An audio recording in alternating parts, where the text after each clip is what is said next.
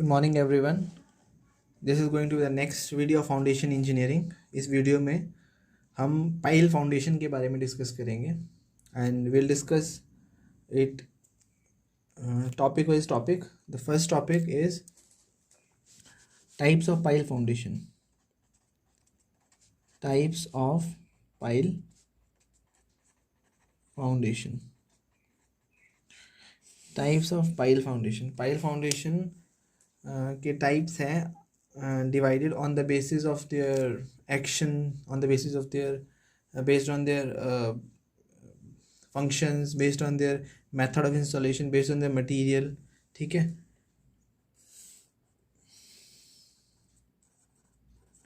based on their, first is based on their action, second is based on their method of installation, third is based on their function,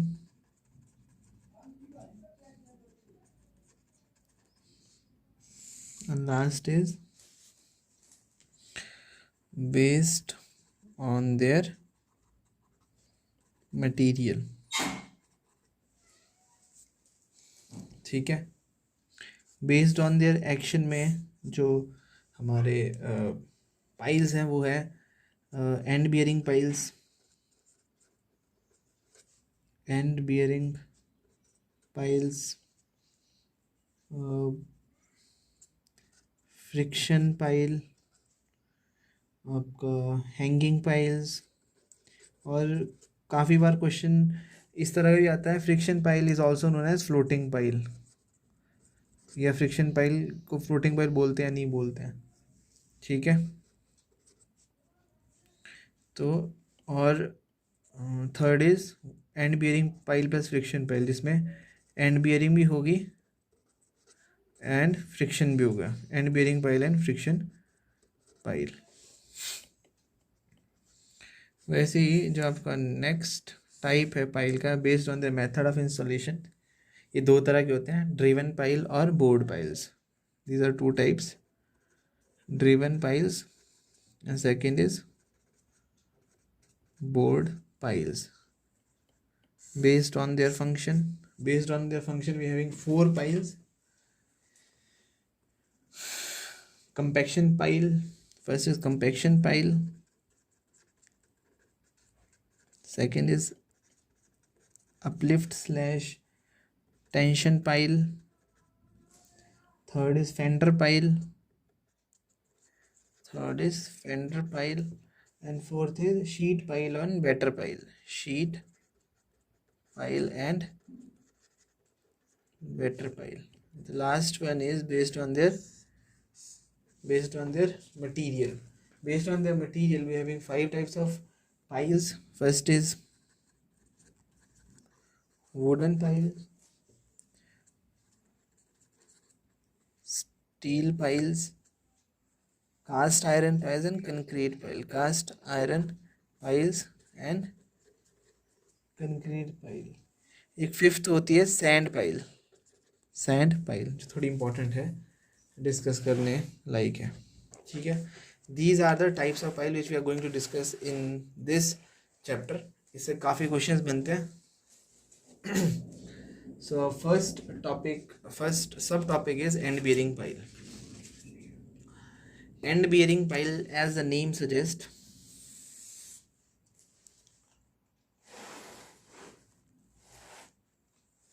subtopic first is end bearing pile. ठीक है, first pile is based on their action. First type is based on their action. 4 type है based on their action. तो suppose this is a pile, ये ground level है, ये हमारा suppose एक load लग रहा है, load is of approximately Q UP. ठीक है, ये first pile what we are studying end bearing pile concrete होगा। जो हम स्टडी कर रहे हैं वो एंड बियरिंग पाइल कर रहे हैं, ठीक है। अब ध्यान से देखना, इस पाइल में क्या होता है, पहला पॉइंट जो आप तीन हर इन बेस्ड ऑन डायरेक्शन में तीन पाइल्स है, end bearing pile, friction hanging floating pile और end bearing and friction pile, ठीक है। तीनों पाइल्स के तीन तीन पॉइंट ध्यान में रखने हैं जो कि इंपॉर्टेंट है। पहला point, and bearing pile, this is the end bearing pile, this is end bearing pile, ठीक है। एंड बियरिंग पाइल में पहला पॉइंट ध्यान में रखना है, first is it rest over hard strata और स्टिफ स्ट्रेटा, ठीक है। ये जो आपका ये है रॉक स्ट्रेटा ले लो या हार्ड स्ट्रेटा ले लो, रेस्ट ओवर हार्ड स्ट्रेटा या स्टिफ स्ट्रेटा, रॉक स्ट्रेटा ले लो, रॉक स्ट्रेटा या स्लैश हार्ड स्ट्रेटा, ठीक है। पहला point, it rest over rock strata और हार्ड स्ट्रेटा। और जो लोड कैरिंग कैपेसिटी है, इस पाइल की लोड कैरिंग कैपेसिटी है, किस पे डिपेंडेंट होती है, ये डिपेंडेंट होगी आपके इस पे एंड बियरिंग पे, जो नीचे से आपका सपोर्ट लग रहा है इस रॉक स्ट्रेटा की वजह से, उसको हम बोलते हैं QEB, ठीक है। दूसरा पॉइंट है, load bearing capacity of these piles are dependent upon end bearing, ठीक है। यहाँ पे QEB is end bearing, QEB is end bearing, end bearing action of pile, end bearing action of pile, action of pile बोलने का मतलब है, जो अगर आपका सिर्फ एंड से ही पाइल में कोई एक्शन लग रहा है रेजिस्ट करने के लिए, उसको हम and bearing action of pile बोलेंगे, और उस पाइल का नाम ही एंड बियरिंग पाइल है, ठीक है। और इसमें जो थर्ड पॉइंट है वो लेंथ से रिलेटेड है, the length of the pile depends upon the position of stiff strata. जो स्टिफ स्ट्रेटा अगर यहाँ पे है तो लेंथ इस पाइल की इतनी होगी, अगर यहाँ है तो लेंथ बढ़ जाएगी, ठीक है। It depends upon the stiff strata. तो तीन पॉइंट है जो ध्यान में रखने। First point is end bearing pile rest over rock strata या hard strata. Second point is load bearing capacity of these piles dependent upon the end bearing action of pile, ठीक है। और थर्ड पॉइंट इज जो length है इस pile की totally dependent होती है हार्ड स्ट्रेटा पे, ठीक है। Length of the pile, length ऐसे रख लो आप, L ले लो समझने के लिए, length of this pile dependent upon the hard strata, position of the hard strata. पहला आ गया एंड बियरिंग पाइल। अब दूसरी तरह का पाइल लेंगे, सपोज ये आपकी एक और पाइल है, ये ग्राउंड लेवल है, ठीक है। और इस पे suppose it is being acted by load QUP, ठीक है। पहला पॉइंट, जो आपकी ये सारा सॉइल है, इसके साथ में इधर भी सॉइल होगा, इधर भी सॉइल है, ठीक है, ये भी सॉइल होगा। ये वाली सॉइल जो है आपकी है फ्रिक्शन पाइल ले लो, हैंगिंग पाइल ले लो या फ्लोटिंग पाइल ले लो। इसको you can take as friction pile बोल सकते हो, या चाहे हैंगिंग पाइल बोल दो, या चाहे फ्लोटिंग पाइल बोल दो, FLOATING फ्लोटिंग पाइल, ठीक है। फ्रिक्शन पाइल हो गया, हैंगिंग पाइल हो गया, फ्लोटिंग पाइल हो गया। पहला पॉइंट इसमें ध्यान रखना है, ये जो पाइल होती है ये सॉफ्ट क्ले और लूज सैंड में ही होती है, ठीक है। These piles are drawn in soft clay and loose sand. अब सॉफ्ट क्ले और लूज सैंड है, बोलने का मतलब ये है, ये जो सैंड है आपकी, ये या तो ये लूज सैंड है, या तो ये लूज सैंड है, या ये सॉफ्ट क्ले है। These piles are driven under soft clay and loose sand up to a greater depth. पहला पॉइंट होगा। दूसरा पॉइंट है इसमें, जो जैसे इसमें था load carrying capacity end bearing पे डिपेंडेंट होती थी, इसमें जो लोड कैरिंग कैपेसिटी है, अब पाइल आपका it will start going down, ठीक है। तो उस पर नीचे तो कोई चीज़ नहीं है जो इसको रेजिस्ट करेगी, तो इसमें सिर्फ सॉइल ही होगी जो इसको फ्रिक्शन प्रोड्यूस करेगी, ठीक है। इसमें खाली सॉइल ही है जो इस पर फ्रिक्शन प्रोड्यूस करेगी, इस तरह का फ्रिक्शन, ठीक है। इसको हम बोलते हैं स्किन फ्रिक्शन, है ना। तो load bearing capacity depends upon the skin friction in friction pile, hanging pile and floating pile. ये आ गया आपका सेकंड पॉइंट। और इसमें जो लेंथ होती है, थर्ड पॉइंट, जो length of the friction pile it may be extended up to 10 to 20 metre. Length जो होता है इसका अप्रॉक्सीमेटली 10 से 20 मीटर के आसपास होता है, ठीक है। लेंथ इसका अप्रॉक्सीमेटली 10 से 20 मीटर के आसपास होता है, ठीक है। इसमें पहला पॉइंट क्या है, these piles are driven in loose sand and soft clay. Load bearing capacity dependent upon the skin friction और skin friction action of pile, ठीक है। QSF is skin friction action of pile. QSF is skin friction action of pile, ठीक है। और third point is इसकी length जो है 10 से 20 मीटर के आसपास होती है। तीनों पॉइंट ऑलमोस्ट कवर हो गए। इसकी लेंथ जो है dependent upon the hard strata पे करती है। अब बचा आपके पास friction pile plus end bearing pile, ये इन दोनों का कॉम्बिनेशन होता है। वैसे पाइल जिसपे जिसपे आपकी एंड बेयरिंग मिलेगी, स्किन फ्रिक्शन मिलेगा, उसको बोलते हैं फ्रिक्शन या एंड बेयरिंग पाइल, ठीक है, ठीक है। Suppose being pile is being active by ultimate bearing capacity QUP.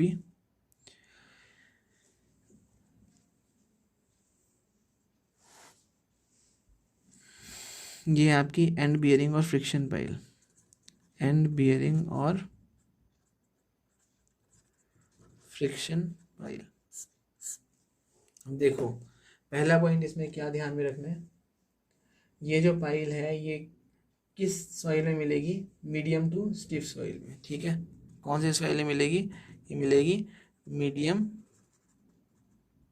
To stiff soil में, ठीक है। ये मिलेगी मीडियम टू स्टिफ सॉइल में, पहली चीज़।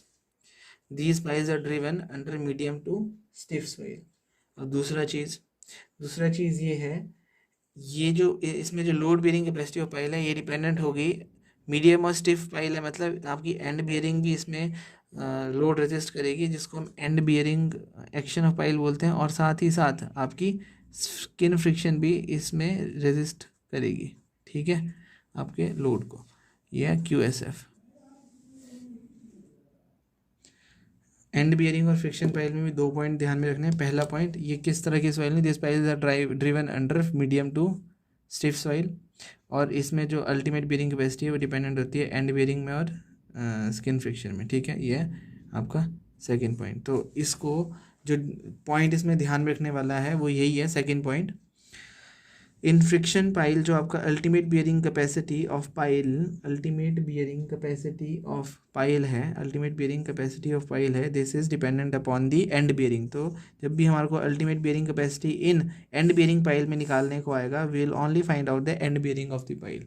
अब इसका हम formula will discuss this formula in determination of load bearing capacity of the pile, ठीक है। ये हम डिस्कस करेंगे, पर पहले आपको पता होना चाहिए अगर आपके एंड बेयरिंग पाइल में कैलकुलेशन पूछी है तो सिर्फ और सिर्फ आपने एंड बेयरिंग निकालनी है। अगर आपकी फ्रिक्शन पाइल में आपकी ultimate bearing capacity of the pile पूछी है तो आपने स्किन फ्रिक्शन निकालने खाली। फ्रिक्शन पाइल होगी, फ्लोटिंग पाइल होगी या हैंगिंग पाइल में आपको पूछा है find out the ultimate bearing capacity of the pile, you will find out skin friction, ठीक है। अगर आपको इस तरह की पाइल में जो मीडियम टू स्टिफ सॉइल में पाइल ड्रिवन है, उस पाइल में कोई भी चीज़ पूछी है, उस पाइल में आपको ultimate bearing capacity of the pile पूछी है, तो उसमें क्या होगा, ये होगा दोनों का एडिशन, QEB प्लस QSF। तीनों चीज़ें इंपॉर्टेंट है, ठीक है। So first thing based on their action हमारा type of pile foundation cover हो गया। अब जो नेक्स्ट है वो है based on the method of installation. Based on their method of installation दो तरह की पाइल्स होती है, एक होती है ड्रिवन और डिस्प्लेसमेंट पाइल, एक होती है ड्रिवन स्लैश डिस्प्लेसमेंट पाइल, और एक होती है बोर्ड पाइल्स, बोर्ड पाइल्स, ठीक है। ड्रिवन स्लैश डिस्प्लेसमेंट पाइल, मतलब इसका हर पाइल का काफ़ी हद तक इनके इनके नेम में काफ़ी फंक्शन छुपे होते हैं। फॉर एग्जांपल आपका ड्रिवन पाइल है, suppose this is your pile, ठीक है,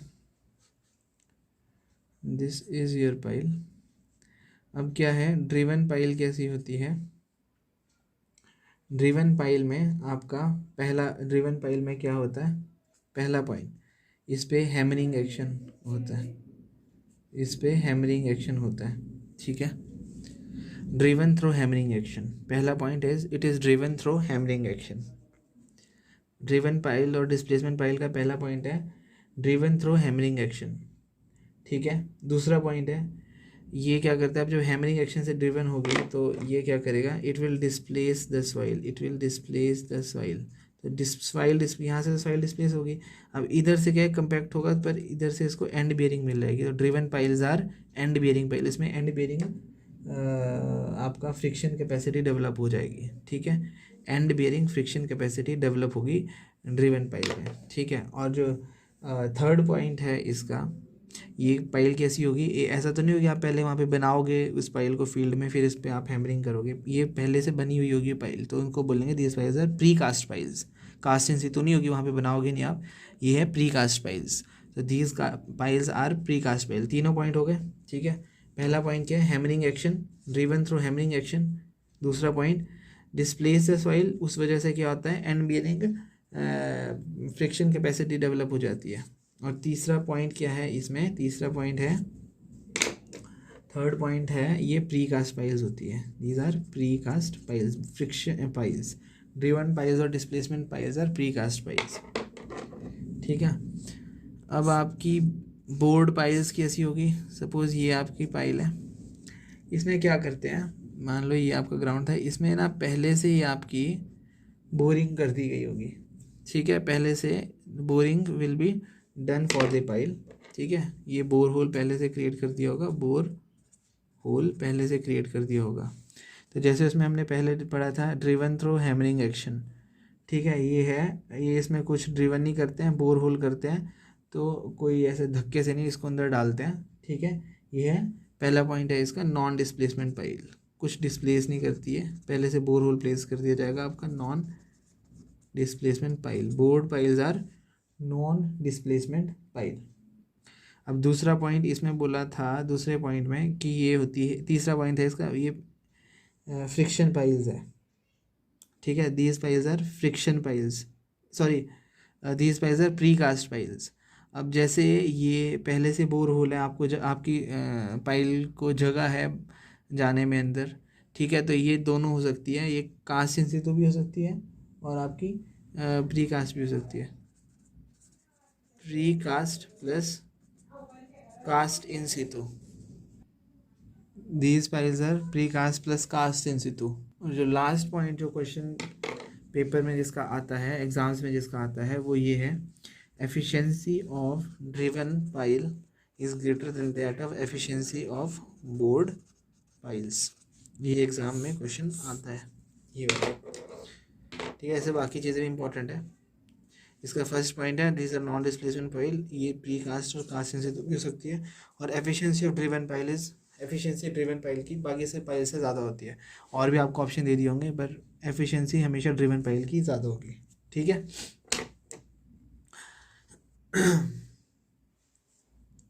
इसके बाद है नेक्स्ट आपका टाइप ऑफ पाइल, थर्ड है based on their function. Third type है based on their function. Based on their function we having 4 type of piles. उसमें सबसे पहले है compaction pile, ठीक है। First is compaction pile, compaction pile,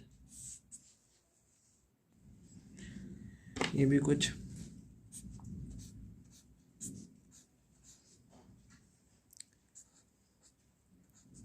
इस तरह की पाइल होती है। This is the ground level, they compact the, अब जो आपकी सॉइल होगी नीचे, ठीक है, इसको डिस्प्लेस ही कर देती है कंपैक्शन पाइल्स।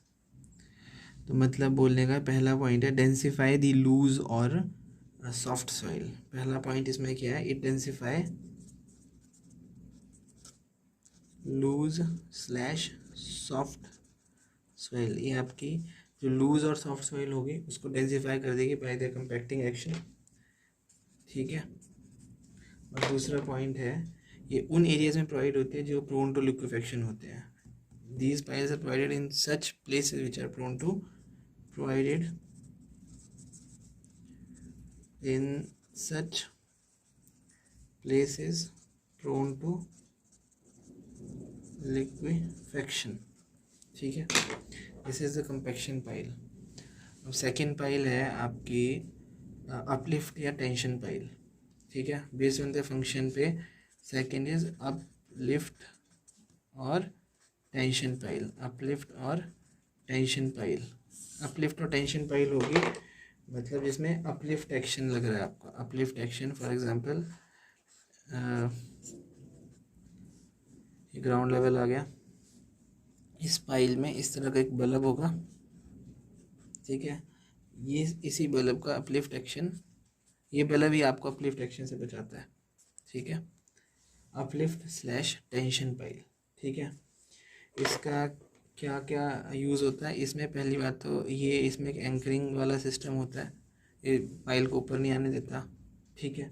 दूसरी चीज़ ये आपका जो है स्वेलिंग और श्रिंकेज से बचाता है, prevents from swelling and it prevents from swelling and shrinkage, prevents from swelling and shrinkage। इस तरह की पाइल्स आर प्रोवाइडेड इन किस किस सॉइल में प्रोवाइड की जाती है इस तरह की soil, black cotton soil, provided in black cotton soil, ठीक है। इट प्रोवाइड्स एंकर, एंकर भी प्रोवाइड करती है सॉइल, ठीक है। अपलिफ्ट और टेंशन पाइल हो गया। इसके बाद है थर्ड पॉइंट आपका फेंडर पाइल। फेंडर पाइल बस आपको ये ध्यान रखना है, फेंडर पाइल जो होती है ये वाटर फ्रंट स्ट्रक्चर्स में होती है। किस तरह की पाइल होती है, ये इस तरह की पाइल होगी आपकी, ठीक है। ये पाइल इस तरह की होगी, this is all made of concrete, इस तरह की पाइल होगी, ठीक है। यहाँ पे ये सॉइल में होगी, है ना। यहाँ तक सपोज इसमें वाटर लेवल है, ठीक है। तो ये वाली पाइल आपकी सॉइल में भी होगी, वाटर में भी होगी, कंटेक्टेड एयर में भी होगी। मतलब ये कहाँ पे होगी, वाटर फ्रंट स्ट्रक्चर में। फेंडर पाइल कहाँ होगी, वाटर फ्रंट स्ट्रक्चर्स में। और इसमें जो लास्ट पाइल है वो है आपकी शीट पाइल और better piles, sheet pile and better pile, sheet pile and better pile. इसमें शीट पाइल आपकी इस तरह की शीट पाइल होगी, ठीक है। यहाँ आपका ग्राउंड लेवल होगा और ऊपर आपका एक और ग्राउंड लेवल हो गया। तो it will resist, this sheet pile will resist the earth mass, it is use to resist the earth mass. ये वाला अर्थ मास रेजिस्ट करने के लिए है ये, ठीक है। ये सारा आपका अर्थ मास है, यहाँ भी अर्थ मास है। इसके साथ एक और पाइल लगाई जाती है शीट पाइल के साथ हॉरिजॉन्टल लोड से रेजिस्ट करने के लिए, वो होती है आपकी बेटर पाइल, हॉरिजॉन्टली इस तरह से इंक्लाइन फॉर्म में। इसको ये आपका ना horizontal action provided incline to resist the horizontal thrust, really जो बेटर पाइल बोलते हैं इसको बोलते हैं बेटर पाइल। ये क्या करती है, provided inclined to resist horizontal thrust। और शीट पाइल्स प्रोवाइडेड, ये क्यों प्रोवाइड की जाती है, this is sheet pile provided to retain earth earth thrust या अर्थ मास बोल सकते हो आप, ठीक है। These are the pile type of pile based on their function. अब नेक्स्ट पाइल है based on their, next type of pile है बेस्ड ऑन देयर मटेरियल्स, ठीक है। फोर्थ और लास्ट है इसमें based on there material. Next type of file है based on there material.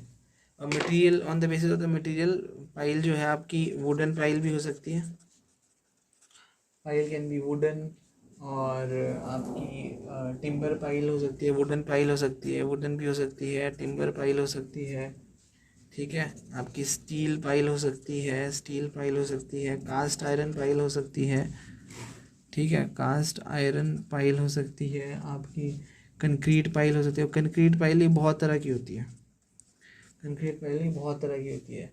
वो फ्रैंकी पाइल हो सकती है, रेमंड पाइल हो सकती है, विब्रो फ्लोटेशन पाइल हो सकती है, पेडिस्टल पाइल हो सकती है, कास्ट इन सितु पाइल हो सकती है, ठीक है।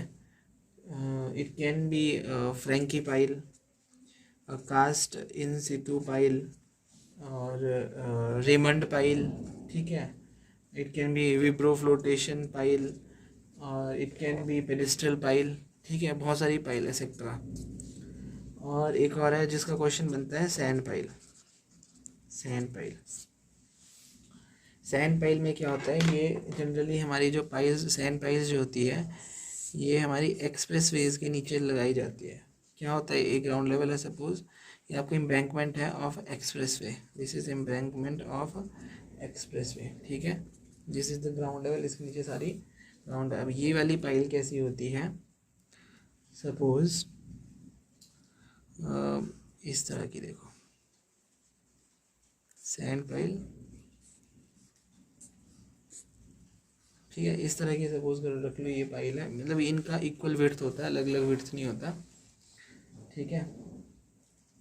इसमें क्या है, it will be filled with sand only, sand pile है तो it will be filled with sand, ठीक है, ये सैंड से फिल्ड होगी। सैंड पाइल, और ये कहाँ पे यूज़ होगी, जहाँ पे अगर ये इस इधर इस वाली साइड अगर आपका क्ले है, उस जगह पे यूज़ होती है। ये करती क्या है, एक अगर आप क्ले के अंदर सैंड भर देते हो ना, तो उस वजह से क्या होता है, ये जो वर्टिकल सैंड होती है, it increases the rate of consolidation. ये क्या करती है, रेट ऑफ कंसोलिडेशन, मतलब कंसोलिडेशन का रेट इंक्रीज कर देगी। उस वजह से क्या होता है, कंस्ट्रक्शन के टाइम पे, कंस्ट्रक्शन टाइम पे, construction time only maximum settlement occurs, या मैक्सिमम कंसोलिडेशन ऑकर्स, ठीक है। मैक्सिमम सेटलमेंट कंस्ट्रक्शन के टाइम पे ही हो जाती है, जो कि अच्छी चीज़ है। और इसके बाद इसमें हमारे को एक इफ़ेक्ट मिलता है जो कि इम्पोर्टेंट है, स्मीयर इफ़ेक्ट। उससे पहले जो ध्यान में रखने वाली चीज़ है वो ये है, ये जो सैंड पाइल है, ये क्या करती है, ये हमारी हॉरिजॉन्टल परमेबिलिटी को रिड्यूस करती है। अभी क्वेश्चन आता है, रिड्यूसेस हॉरिजॉन्टल परमेबिलिटी, ठीक है। क्वेश्चन आता है क्या करती है, reduces, sand pile reduces horizontal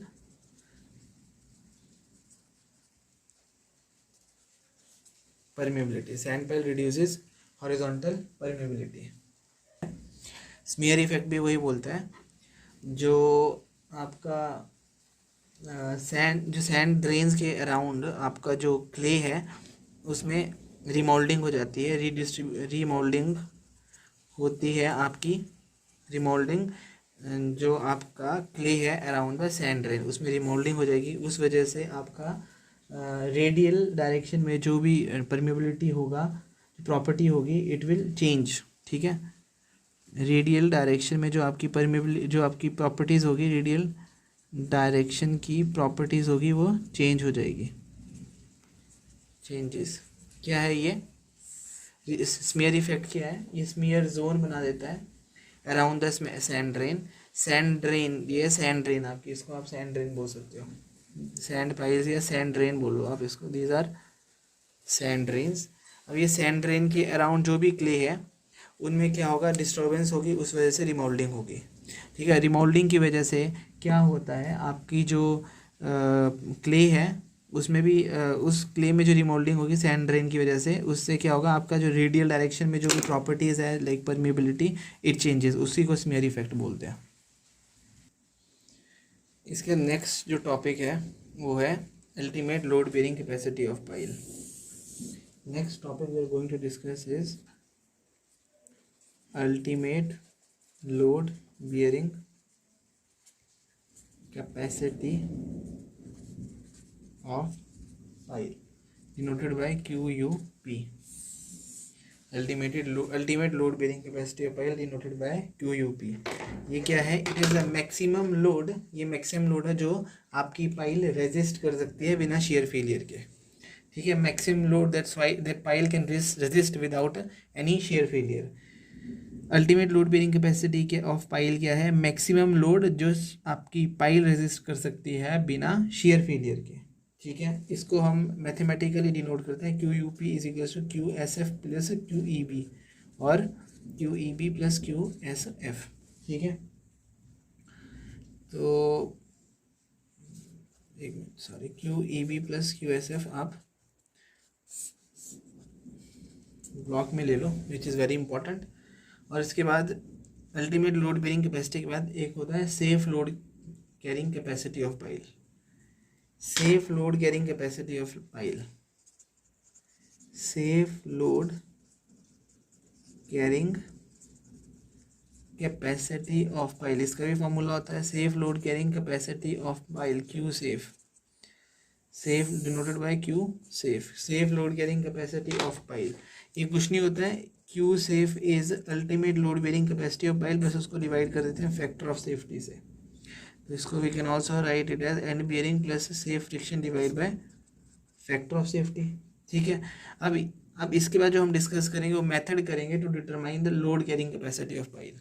ये जो था आपको पता होना चाहिए कि ultimate load bearing capacity of pile क्या होता है, safe load carrying capacity of pile क्या होता है। ठीक है, अब हम मेथड करेंगे to determine the ultimate load bearing capacity of pile. जैसे हमने टाइप्स ऑफ पाइल किए वैसे ही the next topic we are going to discuss is methods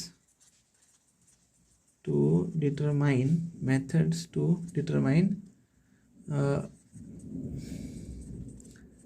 ultimate load bearing capacity of pile. Methods to determine ultimate load bearing capacity of pile. सबसे पहला method static और dynamic method, तीन methods है इसमें, static और dynamic method. Second is static और analytical method, dynamic is second method. ठीक है, स्टैटिक और analytical method, second is dynamic method and third is field method. Third is field method, जिसमें static और डायनामिक मेथड जो है important है, which will be discussing static और dynamic method, first method और सेकंड मेथड। स्टैटिक मेथड क्या है, जो कि प्रॉपर एनालिटिकल मेथड है। In static method what we do is हम इसमें जो केस स्टडी करते हैं, हम सॉइल की, एक क्ले की करते हैं, एक सैंड की करते हैं, तो अलग अलग फॉर्मूले डेवलप होते हैं उसमें। अगर जब आपकी पाइल में नीचे ग्राउंड लेवल के नीचे क्ले है तब किस तरह का फॉर्मूला होगा to determine the ultimate load bearing capacity of soil of pile. और अगर जब आप पाइल ड्राइव करते हैं, जब आप पाइल की अल्टीमेट लोड बेयरिंग कैपेसिटी निकालते हैं, जब उसके नीचे क्ले है या सैंड है, तो आपका कौन सा फॉर्मूला यूज़ होगा एनालिटिकली उसको सॉल्व करने के लिए, किसको, ultimate load bearing capacity of pile को। ठीक है, फॉर्मूला हम यही यूज़ करेंगे, Q U ultimate load bearing capacity of pile is and bearing capacity of pile plus skin friction capacity of pile. ठीक है, फॉर्मूला यही होगा। इसको हम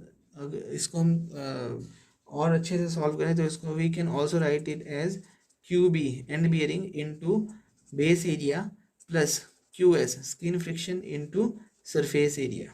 ठीक है, तो इसमें जो है, जो चीज़ ध्यान में रखने वाली है वो ये है, जो चीज़ इसमें ध्यान रखने वाली वो ये है, जो आपकी, जैसे आपकी सपोज़ ये पाइल है इस तरह की, ठीक है, इसमें यहाँ पे स्किन फ्रिक्शन लग रहा है, यहाँ पे आपकी एंड बियरिंग लग रही है, और ये आपकी टोटल लेंथ है, ये आपका ग्राउंड लेवल है, ये आपका क्यू यू पी है इसमें, ठीक है।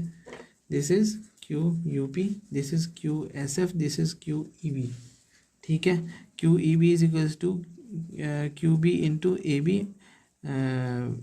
जिसको हम बोलते हैं end bearing into base area, और Q S F is equals to Q S into A S, ठीक है, ठीक है।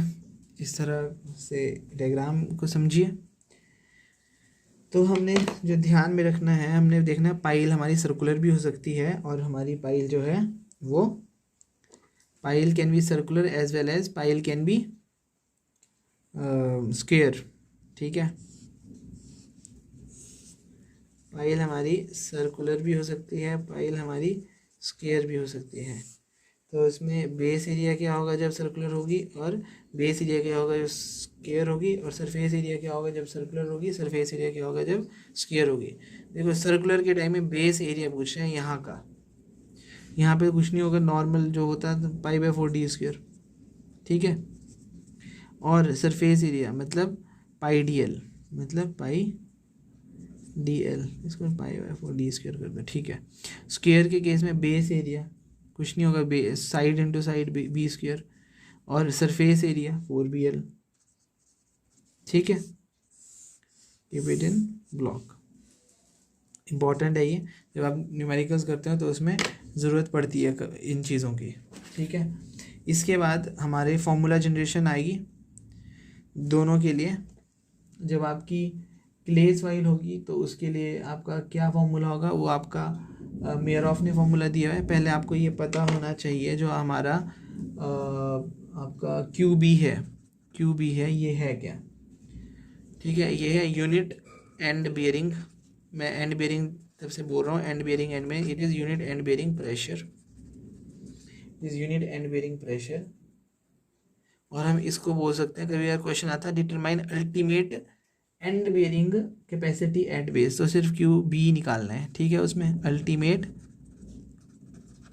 End bearing capacity eight base.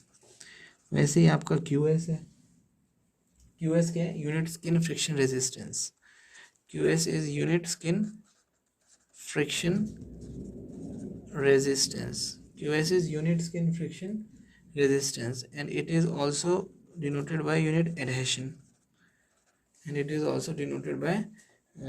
adhesion, ठीक है। ये आ गया आपका स्टैटिक मेथड, ठीक है। अब जब हमारी क्ले होगी तब क्या होगा, when will be having clay, तो उसमें जो आपका फॉर्मूला किस तरह का बन जाएगा, उसमें जो एंड बियरिंग होगी Q B will be C into N C, C into N C, जिसमें सी होता है यूनिट कोहेजन, और N C will be a constant जो कि डिनोटेड होता है 9 से, ठीक है। क्यू बी बन जाएगा 9 इंटू सी। वैसे ही आपका यूनिट अपना यूनिट स्किन फ्रिक्शन रेजिस्टेंस ले लो, ठीक है। वैसे ही स्किन फ्रिक्शन ले लो, skin friction is alpha into C bar, C bar is average cohesion along the length of pile, और अल्फा जो है वो है यूनिट, वो है adhesion factor, Q S was a unit adhesion and alpha is adhesion factor. अब ये जो एडेशन फैक्टर है ये है बिटवीन पाइल एंड सॉइल के बीच में, adhesion factor between pile and soil. अब जैसे जैसे हम लूज सॉइल से स्टिफ सॉइल में जाएंगे, या सॉफ्ट क्ले से स्टिफ क्ले में जाएंगे, इसकी वैल्यू, एडिशन फैक्टर की वैल्यू डिक्रीज़ करती है। ये मीडियम भी ले लो, ठीक है। जैसे सॉफ्ट क्ले में 0.6 to 0.9 के आसपास होती है एडिशन फैक्टर की वैल्यू, इसमें 0.4 to 0.6 के आसपास होती है, इसमें 0.2 to 0.4 के आसपास होती है एडिशन फैक्टर की वैल्यू। तो फिर क्ले के लिए फिर किस तरह का फॉर्मूला बन जाएगा, ultimate load bearing capacity of oil is Q, देखो ढंग से बनाते हैं, वो होता है end bearing plus skin friction. ठीक है, end bearing plus skin friction. End bearing होता है end bearing capacity of pile plus skin bearing capacity of pile Q B, जिसमें which is further change into Q B into A B plus Q S into A S. ठीक है, unit and bearing और unit skin friction resistance. इसमें हमने Q B निकाला है 9 C A B plus alpha C bar A S ultimate load bearing. या तो आप डायरेक्टली इस तरह से भी लॉन रख सकते हो इसको क्ले के केस में। ठीक है, क्ले के केस में डायरेक्टली इस तरह से भी लॉन रख सकते हैं। एक और चीज़ होती है, नोट के फॉर्म में लिख लो, for very long pile. Note के केस में फॉर वेरी लॉन्ग पाइल, ये जो फॉर्मूला था हमारे इंडियन साइंटिस्ट ने दिया है इसका। अगर उन्होंने इस पे एनालिसिस किया था। अगर हमारी पाइल बहुत लॉन्ग है, greater than equal to 25 metre, तो उस केस में हम स्किन फ्रिक्शन का फॉर्मूला चेंज कर देंगे। ये तो सारी मेयरऑफ ने दी है कैलकुलेशंस स्टैटिक मेथड की, पर हमारे एक इंडियन साइंटिस्ट है, डिडंट रिमेंबर द नेम, पर उन्होंने फिर इसकी स्किन फ्रिक्शन की यूनिट स्किन फ्रिक्शन रेजिस्टेंस की वैल्यू दी थी, जो कि थी lambda into sigma V bar plus 2c bar. Sigma V bar is effective stress, ठीक है, C bar is average cohesion. ठीक है, और इसको जब हम ultimate load bearing capacity of pile में अप्लाई करते हैं, जैसे 9 C A B plus alpha C bar A S की जगह आ जाएगा आपका lambda into sigma V bar plus 2c bar. तो हम इसको जो है डिनोट करते हैं लैम्डा मेथड से भी। It is also denoted as lambda method. इसमें लैम्डा जो है फ्रिक्शन कैपेसिटी फेलियर है। This is friction capacity failure. ये क्ले के लिए था आपका। अगर अब सैंड है आपका, this was for clay only, static method कर रहे हैं, ये क्ले के लिए। अगर हमारा सैंड होगा, उस केस में मेयरऑफ ने क्या वैल्यूज दी है, if we are having for sand, उस केस में जो एंड बियरिंग रेजिस्टेंस है क्यू बी है, उसकी वैल्यू आ जाएगी गामा एल एन क्यू। ठीक है, गामा एल एन क्यू। और जो आपका स्किन फ्रिक्शन है, स्किन फ्रिक्शन में क्या आता है, इसमें आपका पाइल और सॉइल के बीच में रिलेशन आता है। ठीक है, तो वो हमारा या तो म्यू एन होगा या या तो म्यू एन या तो tan into del into average earth pressure, average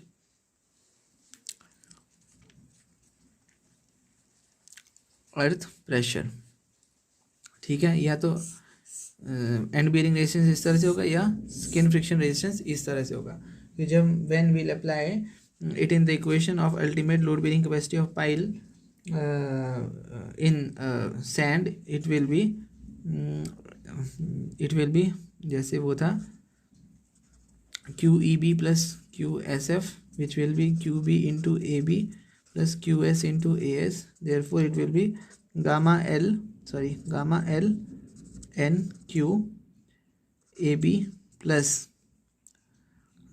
ten del into average earth, tan del into average earth pressure, ten del into average earth pressure into surface area. This is the ultimate load bearing capacity of pile in sand. ठीक है, और sand.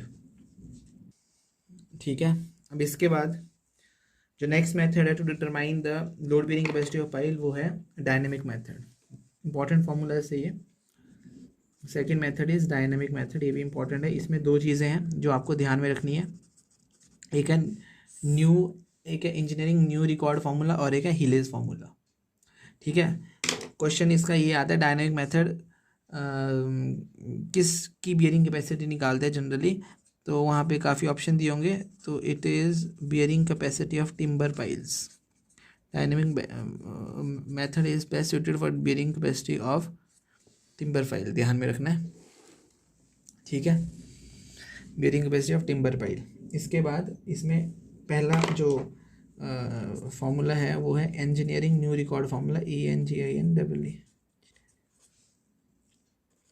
New record formula, engineering new record formula, इसको ENR formula से भी denote करते हैं, engineering new record formula, ठीक है। उसके ultimate load bearing capacity of pile निकालने के लिए दो फार्मूलाज हैं, एक है WH divide by S plus C, ठीक है, WH divide by S plus C, ultimate load bearing capacity by engineering new record formula. इसमें W क्या है, वेट ऑफ हैमर है इन किलो न्यूटन, H क्या है, height of free fall in centimetre, ठीक है, WH डिवाइड बाय S जो है ये है पेनिट्रेशन कितना सेंटीमीटर का है, पेनिट्रेशन फाइंड करते हैं, ये हम एवरेज लेते हैं लास्ट 5 ब्लोज का, ठीक है, ड्रॉप हैमर में, और स्टीम हैमर में लेते हैं एवरेज 25 ब्लोज का। और जो C है ये आपका इलास्टिक कांस्टेंट है, ठीक है, C की वैल्यू वेरी करती है आपकी जो ड्रॉप हैमर और सिंगल एक्टिंग हैमर और डबल एक्टिंग हैमर के अकॉर्डिंग, ठीक है। इंपॉर्टेंट फॉर्मूला इसके क्वेश्चन भी आते हैं, जैसे हमारा अल्टीमेट बियरिंग कैपेसिटी है वैसे ही हमारे एक safe ultimate bearing safe load carrying capacity भी होती है, वो होती है ultimate bearing capacity divide by factor of safety. इसमें फैक्टर ऑफ सेफ्टी ना पहले से ही आपका पता होता है, वो है 6। New engineering new record formula में जो फैक्टर ऑफ सेफ्टी है वो पहले से ही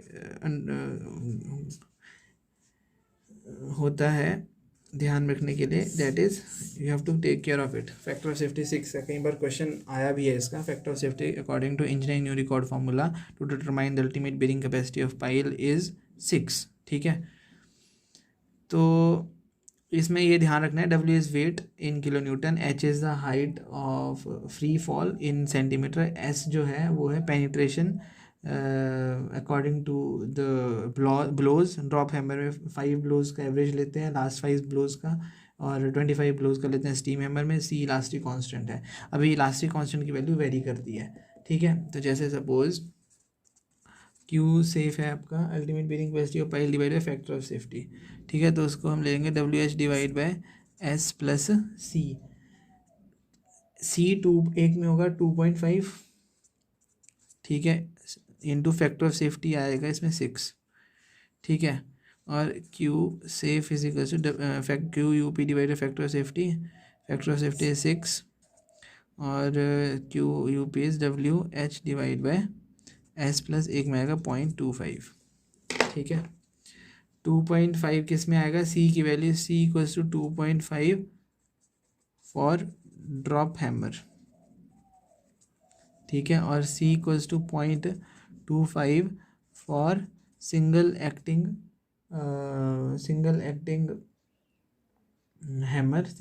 हैमर और डबल एक्टिंग हैमर, ठीक है। यह न्यू इंजीनियरिंग रिकॉर्ड फार्मूला, इस दो फार्मूला है, डायनेमिक मेथड है, हीलेज मेथड है, हीलेज फार्मूला है, वो भी अल्टीमेट आपका लोड कैपेसिटी निकालने के लिए। दूसरा है हीले फार्मूला,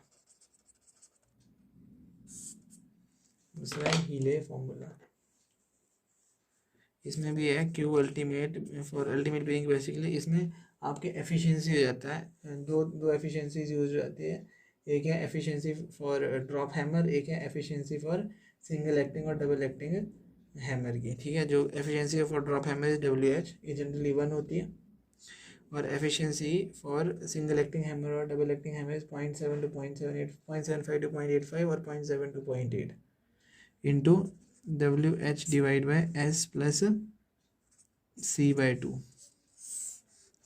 ये एफिशिएंसी फॉर उसकी है आपकी ड्रॉप हैमर की, ये 1 होगी, और single acting double acting hammer की, सिंगल एक्टिंग हैमर की ये ले लो आप ऐसे ड्रॉप हैमर गिवन होगी equal to 0.75 to 0.85 for single acting hammer और 0.7 to 0.8 for double acting hammer. ठीक है, ये ध्यान में रखना है इसमें। ये था डायनेमिक मेथड।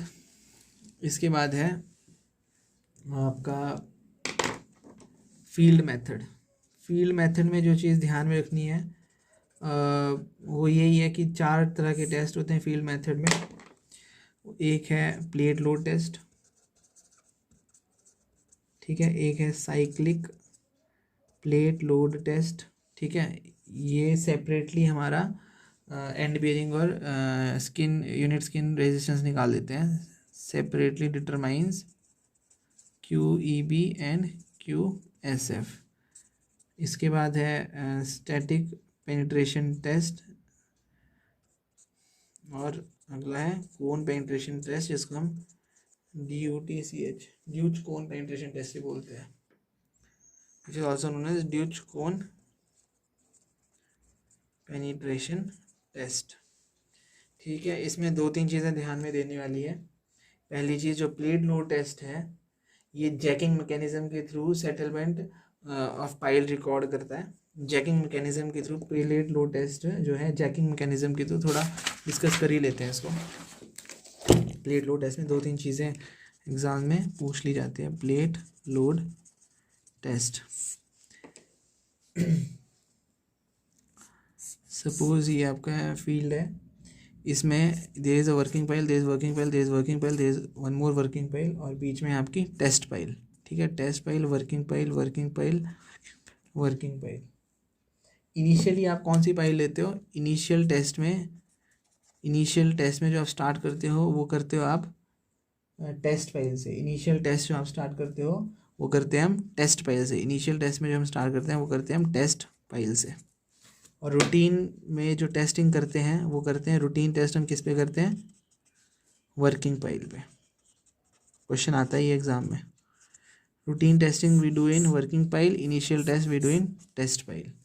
ठीक है, और एक और क्वेश्चन आता है, जैसे वो आता है ग्रुप एक्शन और पाइल का ही, जैसे वो आता है हम जो हम पाइल ड्राइव करना है वो कॉर्नर से सेंटर की तरफ करें या सेंटर से कॉर्नर की तरफ। तो correct answer is from centre to corner. ठीक है,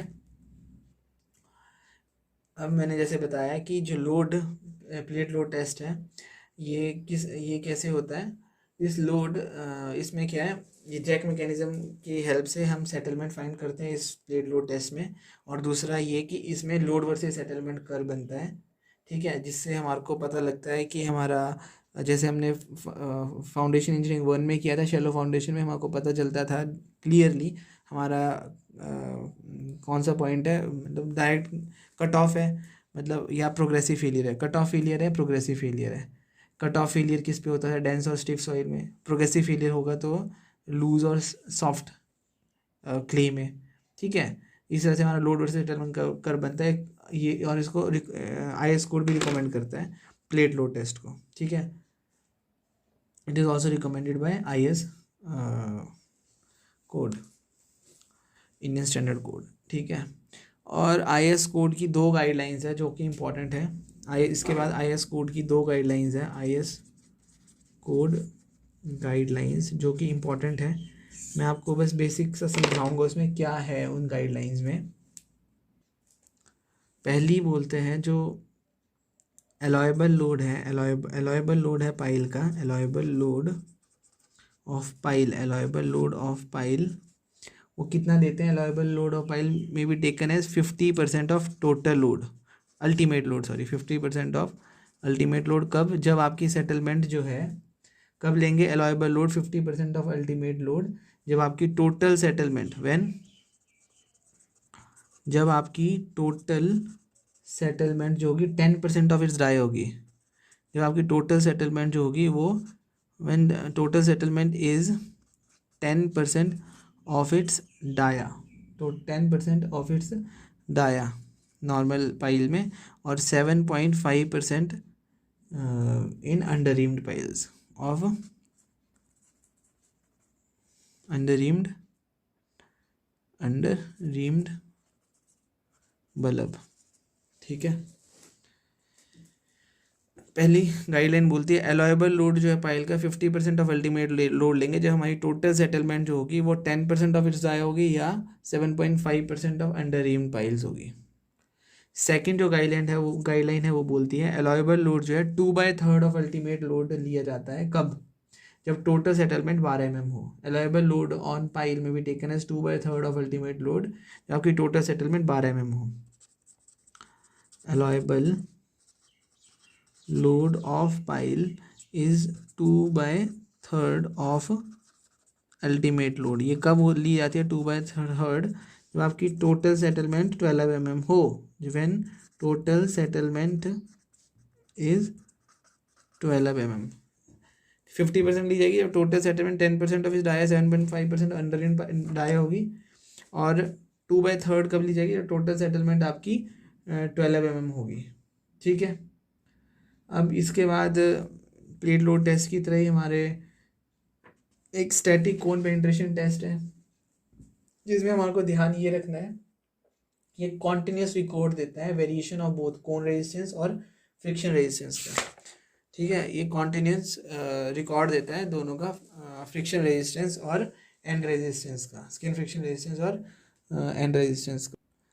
इसके बाद लास्ट टॉपिक है group action of piles. Last topic is group action of piles. Group action of piles, इसमें क्या है, इसमें पाइल्स ली जाती है इन ग्रुप। ठीक है, सपोज ये आपके ग्रुप में पाइल ली जा रही है, ये एक तरह से स्क्वायर बना रही है।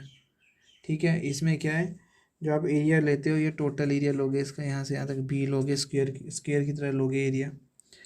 ठीक है, दिस इज़ 1, 2, 3, इस तरह की पाइल्स होती है ग्रुप एक्शन ऑफ पाइल्स में। अब ग्रुप एक्शन ऑफ पाइल्स की क्या चीज़ें जो है एग्ज़ाम से पूछी जाती है। पहली चीज़, जो ग्रुप एक्शन ऑफ पाइल में सेटलमेंट होती है वो ज़्यादा होती है। सेटलमेंट ग्रुप पाइल की ज़्यादा होगी सेटलमेंट ऑफ इंडिविजुअल। पहली चीज़, settlement of group action of pile is more than that of individual pile. Centre to centre spacing, इसको बोलते हैं centre to centre spacing, a spacing, centre to centre spacing. Minimum centre to centre spacing कितनी होनी चाहिए, 2.5D। ठीक है, एक ये चीज़ ध्यान में रखने वाली है, minimum centre to centre spacing should be 2.5D। This a diameter of pile. इसके बाद हमने चेक फाइंड आउट करना है, अब जैसे पहले कर रहे हैं, load bearing capacity of piles. पहली चीज़ हम इसमें देखेंगे load bearing capacity of pile. पहले तो था इंडिविजुअल पाइल की, अब जो होगी वो होगी load bearing capacity of group pile. ठीक है, जो कि होगी QUG, load bearing capacity of group pile which will be QUG। ठीक है, which will be end bearing plus जो जैसे भी होती है, क्या है, QUG is equals to end bearing capacity of a pile plus skin friction resistance of a load skin friction capacity of a pile. ये होता है QB into AB plus QS into AS। ठीक है, अब इसमें जो बेस एरिया है हम स्क्वायर का लेंगे, जैसे हमने पहले डिस्कस किया था ना स्टार्टिंग में, कि जो बेस एरिया है सर्कुलर के केस में π/4D स्क्वायर होगा, इसके केस में πDL होगा, इसमें B स्क्वायर और इसमें 4BL होता है। तो ग्रुप के केस में QB इंटू बी की तो वही सेम वही होगा 9C। ठीक है, क्ले के केस में ये क्या आ जाएगा, ये आ जाएगा B square plus QS into 4BL। और इसको हम ऐसे भी लिख सकते हैं क्ले के केस में और सैंड के केस में। क्ले के केस में QUG क्या था हमारा, बियरिंग थी हमारी 9CB square plus alpha C बार 4BL। ठीक है, क्ले के केस में थी, क्ले के केस में जाएगी ultimate bearing capacity of group pile is this, और ultimate bearing pressure group pile in case of sand is gamma L n q b square plus tan del into average earth pressure, tan del into average earth pressure into 4bl, ठीक है। अब ये जो tan del into average earth pressure है या tan phi into average earth pressure है, ये generally average earth pressure जो है, अगर हमारी एवरेज अर्थ प्रेशर को कैसे हम कैलकुलेट करते हैं ये भी ध्यान रखो। कहीं वैसे तो क्वेश्चन हमारे बेसिक से पूछे जाते हैं, एवरेज अर्थ प्रेशर को कैसे कैलकुलेट करते हैं। एवरेज अर्थ प्रेशर अगर तो हमारी पाइल के नीचे नॉर्मल सॉइल दी हुई है और we have been asked to find average earth pressure, तो इसका अर्थ प्रेशर डायग्राम बना देंगे। यहाँ पे कितना आ जाएगा के गामा एल, ये कितनी है, लेंथ एल है, ठीक है। तो ये आ जाएगा हाफ के गामा एल स्क्वायर। तो वहाँ पे क्या आ जाएगा आपका जो फॉर्मूला बन जाएगा Q U G, in case of sand की बात कर रहा हूँ मैं, is equal to it will be gamma L N Q into A B होता है B square, base area is B square, plus tan del या tan phi into average earth pressure जो रहेगा वो आएगा हाफ के गामा एल स्क्वायर, ठीक है, इंटू ये सरफेस एरिया क्या था 4bl, इस तरह का फॉर्मूला बन जाएगा आपका, ठीक है। ये है आपका load bearing capacity of a group pile. इसके बाद है safe load bearing capacity. Safe load bearing capacity कुछ नहीं है, इसके बाद है safe load bearing capacity of a group pile. Safe load bearing capacity वो क्या है, safe load bearing capacity of a group pile. इसमें हाँ थोड़ा इसमें जो लॉजिक है वो ये बोलता है, it is Q U G by factor of safety, ठीक है, जो हम पहले से पढ़ रहे हैं, load bearing capacity of pile divide by factor of safety. और एक और चीज़ है क्यू यू पी, ये है इंडिविजुअल पाइल की factor of safety multiply by number of pile, individual pile की load bearing capacity of pile multiply by number of pile divide by factor of safety. इन दोनों का जो वैल्यू हमारी minimum आ रही है that will be our safe load bearing capacity of pile, है ना। और इसमें हमारा factor of safety approximately 2.5 to 3 के बीच में होता है। ये इंजीनियरिंग न्यू रिकॉर्ड फार्मूला की तरह नहीं, इसमें फैक्टर ऑफ सेफ्टी हमारा पहले से वी शुड बी नोइंग कि इट इज़ 6, ठीक है। और इसमें एक और चीज़ है that is group efficiency. Group efficiency भी वो है ग्रुप एफिशिएंसी, एक और चीज़ है इसमें जो कि ग्रुप एफिशिएंसी है।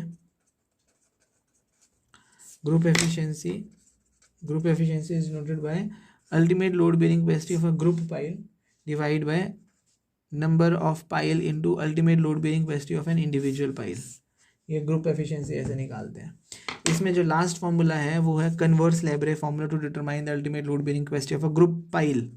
Converse Labarre formula for group efficiency, for group efficiency, Converse Labarre formula for group efficiency. वो कैसे डिनोट होता है, ये है ग्रुप एफिशिएंसी का फॉर्मूला, ये होता है 1 - 5/90 into m into n - 1 plus n into m - 1 divide by m into n, ठीक है, इंटू 100। इसमें फाई जो है वो है आर्क टैन वैल्यू, फाई जो है वो है आर्क टैन वैल्यू, ठीक है। m जो है number of piles in row, n जो है number of piles in column, ठीक है। ये भी कई बार डायरेक्ट फॉर्मूला आ जाता है फाइंड आउट करने के लिए। इसके बाद एक लास्ट चीज़ है जो वी हैव नॉट डिस्कस्ड, वो थी हमारी अपलिफ्ट पाइल और टेंशन पाइल के अंदर आती है। वो हमारी अपलिफ्ट पाइल और टेंशन पाइल के अंदर आती है वो चीज़, वो है अंडर रीम्ड पाइल्स, वो है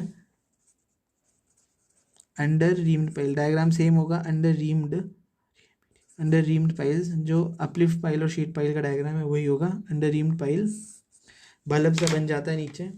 इसमें जो चीज़ ध्यान रखने वाली है वो है पहली बात, ratio of diameter of bulb bye diameter of pile, वो कितना होगा 2 to 3 टाइम्स होता है, मतलब अप्रॉक्सीमेटली हम लेंगे 2.5। स्पेसिंग दो बल्ब के बीच की हम मिनिमम कितनी लेते हैं,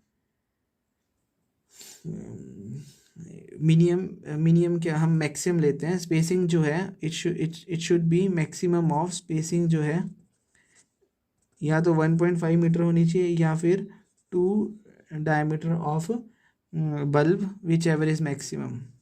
ठीक है, दूसरी चीज़ विच एवर इज़ मैक्सिमम, दो बल्ब, जैसे हमारा ये पाइल है, एक बल्ब यहाँ आ गया, सॉरी एक और दूसरा यहाँ, इसके बीच की जो स्पेसिंग है वो डिस्कस हो रही है यहाँ पे।